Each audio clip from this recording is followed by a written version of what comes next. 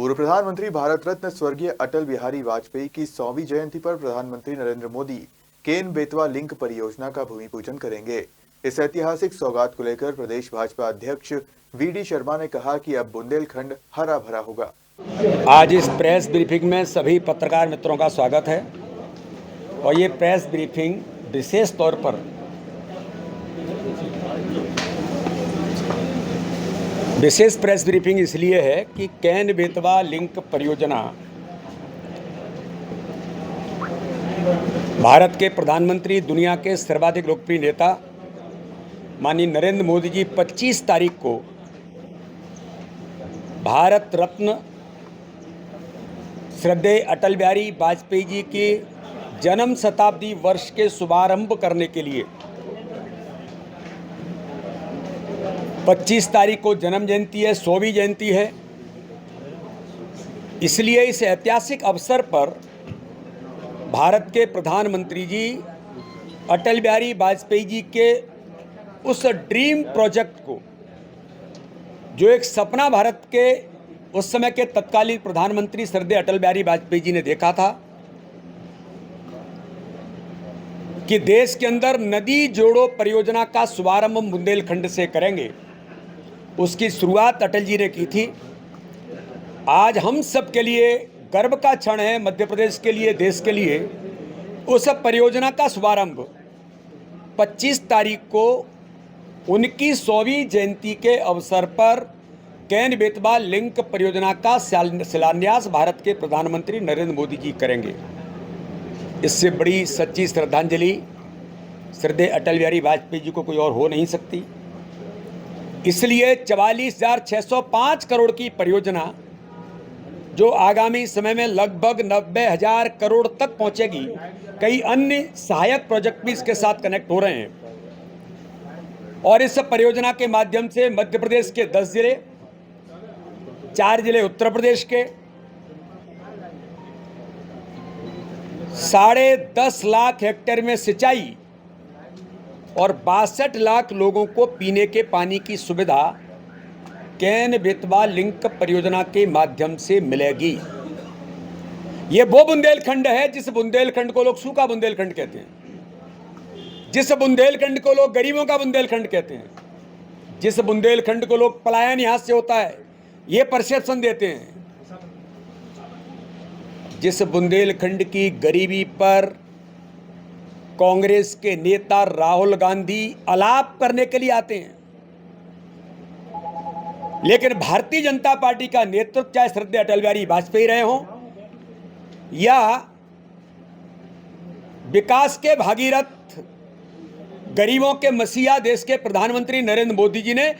अटल जी के उस सपने को पूरा करने का काम 25 तारीख को ऐतिहासिक कदम बुंदेलखंड की धरती पर खजुराहो के अंदर ऐतिहासिक कार्यक्रम के बाद माननीय प्रधानमंत्री नरेंद्र मोदी जी इस परियोजना का शिलान्यास करेंगे। पूरा मध्य प्रदेश, पूरा बुंदेलखंड, और ये बुंदेलखंड अब सूखा नहीं हरा भरा होगा। ये बुंदेलखंड अब गरीबों का बुंदेलखंड नहीं, ये समृद्धशाली बुंदेलखंड बनेगा। ये बुंदेलखंड सब पलायन नहीं होगा, इस बुंदेलखंड के अंदर औद्योगिकरण भी होगा। मैं अपने मुख्यमंत्री जी का इस बात के लिए आभार करता हूं, धन्यवाद करता हूं कि इन्होंने इस परियोजना के लिए सारे ऑब्स्टेकल दूर करके माननीय प्रधानमंत्री जी ने उनके विजन के साथ इस परियोजना का सारे चीज़ों को पूरा करने के बाद और इन्वेस्टर समिट के माध्यम से जो संकल्पना की कि संपूर्ण मध्य प्रदेश का विकास एक सूत्र में होगा, तो उसमें ये परियोजना सहायक बनेगी। इसके माध्यम से औद्योगिकीकरण भी बुंदेलखंड का होगा।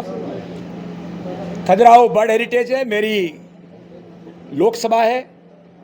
हमारी वीरेंद्र खटीक जी की लोकसभा है। दमोह से लेकर के सागर, इधर दतिया से लेकर के बिरसा, रायसेन तक हम लाभान्वित होंगे। तो इसलिए लाखों लाख की संख्या में लोग इस शिलान्यास के, इस परियोजना के साक्षी बनेंगे। उसकी तैयारी लगातार हमारे बुंदेलखंड के क्षेत्र में उत्साह और उमंग के साथ भारतीय जनता पार्टी, आम जनता जनार्दन सब लोग करने का प्रयास कर रहे हैं ये वो मध्य प्रदेश है जब कांग्रेस की सरकार थी तो मात्र 7 लाख हेक्टेयर सिंचाई होती थी। भारतीय जनता पार्टी की सरकार ने 44-45 लाख से 50 लाख तक पहुंचे और 10.5 लाख हेक्टेयर की सिंचाई सीधे इससे होगी। इसे कहते हैं विकास के लिए संकल्पित सरकार, विकास के लिए संकल्पित डबल इंजन की सरकार और श्रद्धेय बाबा साहब अंबेडकर के उन विचारों को जमीन पर उतारने वाली सरकार। चाहे प्रधानमंत्री मोदी हो या देश के गृह मंत्री अमित शाह हो, इनके कर्तृत्व में चाहे गांधी जी के विचार हों या बाबा साहब के विचार हों, अगर जमीन पर किसी ने उतारा है एक एक गरीब के जीवन को बदलकर, जो बाबा साहब अम्बेडकर ने जो परिकल्पना की थी, आज उस परिकल्पना को ही पूरा करने का काम भारत के प्रधानमंत्री मोदी, अमित शाह जी और हमारा नेतृत्व कर रहा है। तो इसलिए इसकी व्यापक तैयारी, 2000 गांव इससे लाभान्वित होंगे और इन जिलों के अंदर जल कलश यात्राएं, हमारे सभी कार्यकर्ता, मैं भी, माननीय मुख्यमंत्री जी भी थे, जल कलश यात्राओं की शुरुआत की है। हर गांव में जल कलश यात्रा के माध्यम से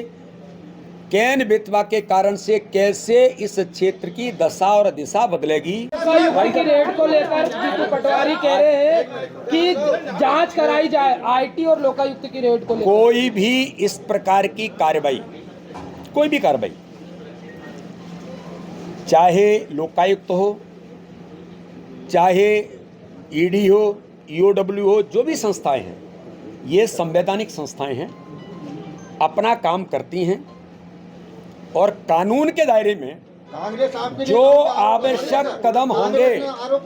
जो आवश्यक कदम होंगे वो संस्थाएं उठाएंगी।